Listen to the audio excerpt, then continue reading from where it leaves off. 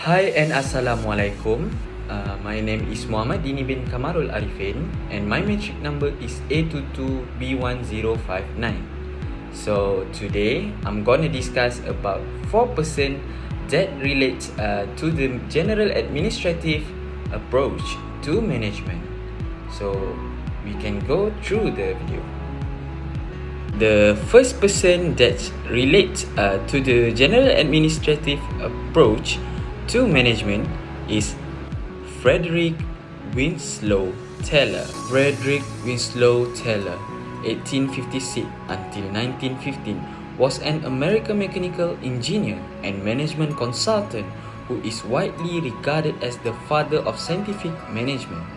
He is known for his contribution to the field of management and his work on improving industrial efficiency through the use of scientific methods. Taylor was born in Germantown, Pennsylvania, and grew up in a wealthy family.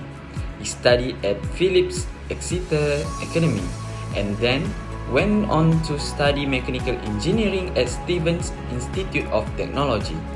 After graduation, he worked as a machinist and engineer at Midvale Steel Company in Philadelphia. At Midvale, Taylor became interested in improving industrial efficiency and began to develop his ideas about scientific management. He believed that productivity could be increased by analyzing and optimizing every aspect of a worker's job, from the tools and materials used to the speed and movement of the worker. He advocated for a systematic approach to management that involved breaking down work into smaller tasks and using time and motion studies to identify the most efficient way to perform each task. Taylor's ideas were controversial at the time, as they were seen as dehumanizing and treating workers as a machine. However, his work laid the foundation for modern management practice, and his idea about efficiency and productivity continue to influence management theory and practice to this day. Benefit: Taylor's scientific management principles were based on the idea that work process could be analyzed and optimized to increase efficiency and productivity. He believed that managers should break down work into smaller tasks and then use time and motion study to identify the best way to perform each task. By doing this, manager could identify inefficiencies in the work process and redesign the process to eliminate them. Taylor also emphasized the importance of training and development of workers. He believed that workers should be trained to perform their jobs in the most efficient way possible, and that managers should provide workers with the necessary tools and equipment to perform their jobs effectively.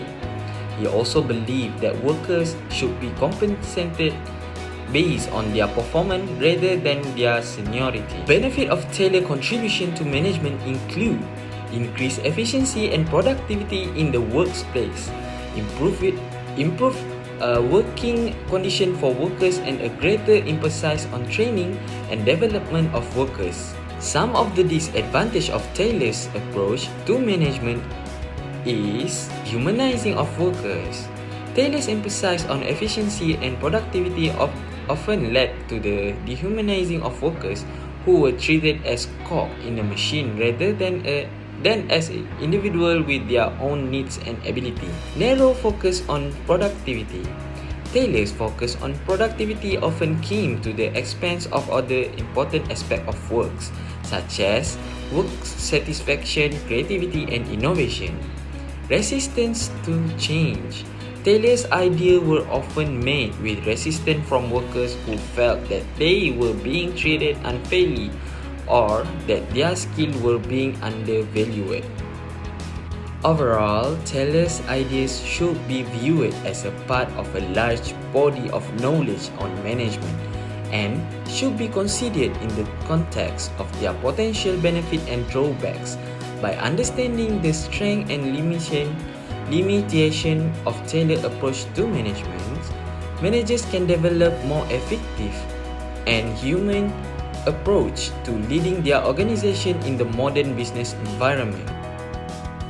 The second person that relates to the general administrative approach to management is Henry Fayol.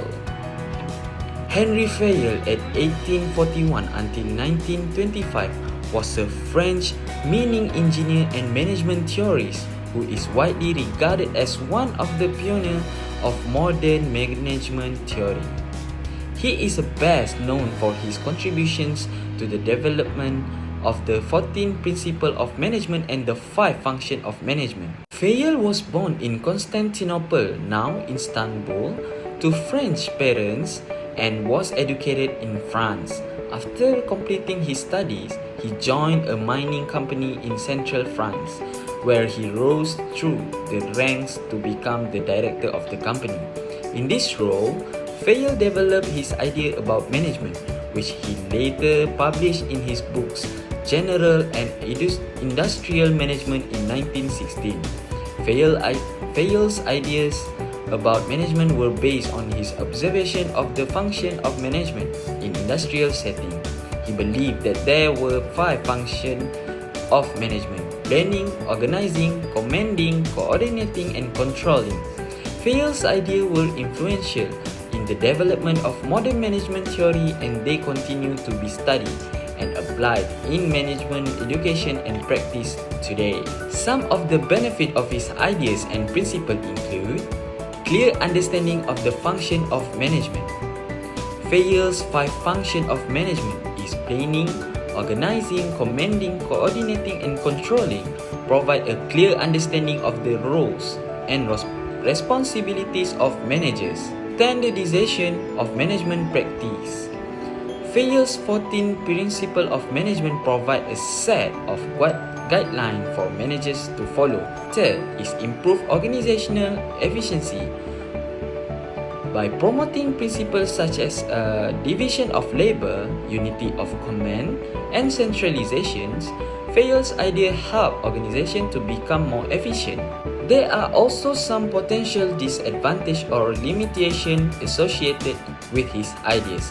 These include limited focus on people. Although Fayol recognized the importance of people in organization, his ideas tended to focus more on process and structure rather than on the human element of management. Prescriptive approach.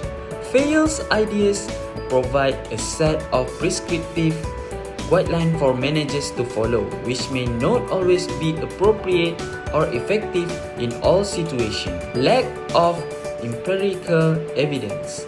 While Fayol's ideas have been influential in the development of management theory, they are largely based on his personal observation and experiences rather than empirical research. Fayol's ideas provide a valuable foundation for understanding the principle of management and the key responsibility of managers in organizations of all types and size, and his legacy continues to be felt in the management practice of companies and organizations around the world. The third person that relates to the general administrative approach to management is Mary Poker Follett. Mary Poker Follett at 1868 until 1933 was an American social worker, management consultant, and pioneer in the field of organizational theory and management. She is known for her contribution to the development of ideas related to human relation, conflict resolution, and group decision-making in organizations. Follett was born in Quincy, Massachusetts, and attended Radcliffe College, where she studied philosophy and psychology. She later worked as a social worker and community organizer and became interested in management and organizational theory while working as a lecturer at the Boston School for Social Workers. Follett's ideas were shaped by her belief in the importance of community and collaboration and her experiences working with diverse group of people in community settings. She believed that organizations should be viewed as a communities of people rather than as machines, and that managers should focus on facility collaboration and communication among employees. Some of the benefits of her ideas and principles include: first, emphasis on human relation. Follett's work emphasized the importance of understanding and supporting the needs and motivation of employees in organization. Conflict resolution. Follett was a pioneer in the study of conflict resolution in organization, and her ideas on this topic continue to be influential in management practice. Group decision making.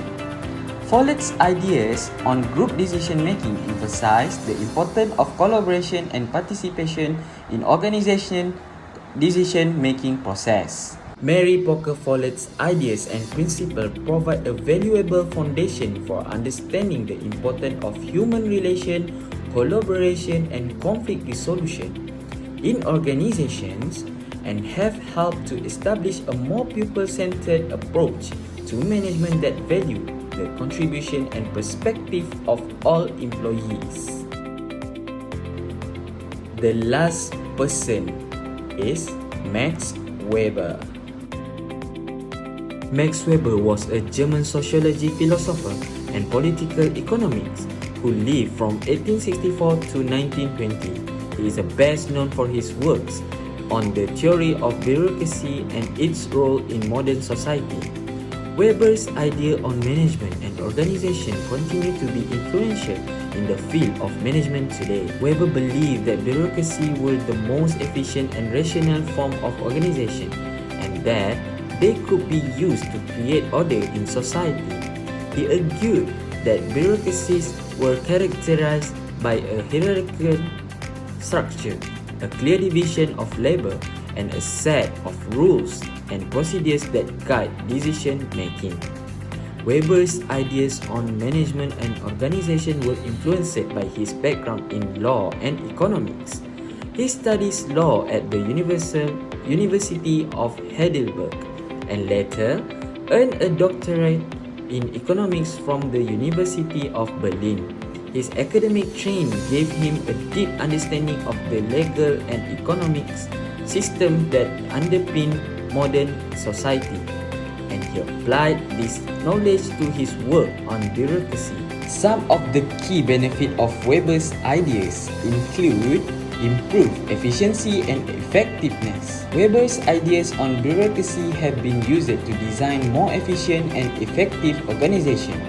By emphasizing a clear hierarchy of authority, division of labor, and standardized procedures, bureaucratic organization can operate with greater efficiency and consistency. Clear guideline for decision making. Weber's emphasis on rules and procedures in bureaucratic organizations help to provide clear guideline for decision making. Understanding of organizational power structures. Weber's work on bureaucracy also provides insight into the power structure that exists within organizations. There are also some disadvantages associated with his ideas. Overemphasis on rule and procedures. Weber emphasized on rule and procedure in bureaucratic organization can sometimes lead to a rigid and flexible organization culture. Lack of emphasis on individual needs and motivation. Weber's ideas on management and organization focus primarily on the structural aspect of organization, such as hierarchy, division of labor, and rule and procedures. Tendency toward bureaucratic red tape. Weber's idea on bureaucracy can sometimes lead to excessive red tape and bureaucratic in organization. Overall, Weber's works has helped to lay the foundation for modern management theory and practice, providing a framework for understanding the complexities of modern organization and the challenges of managing them effectively. So that's all from me, and I hope you understand what I'm saying at this video. Thank you.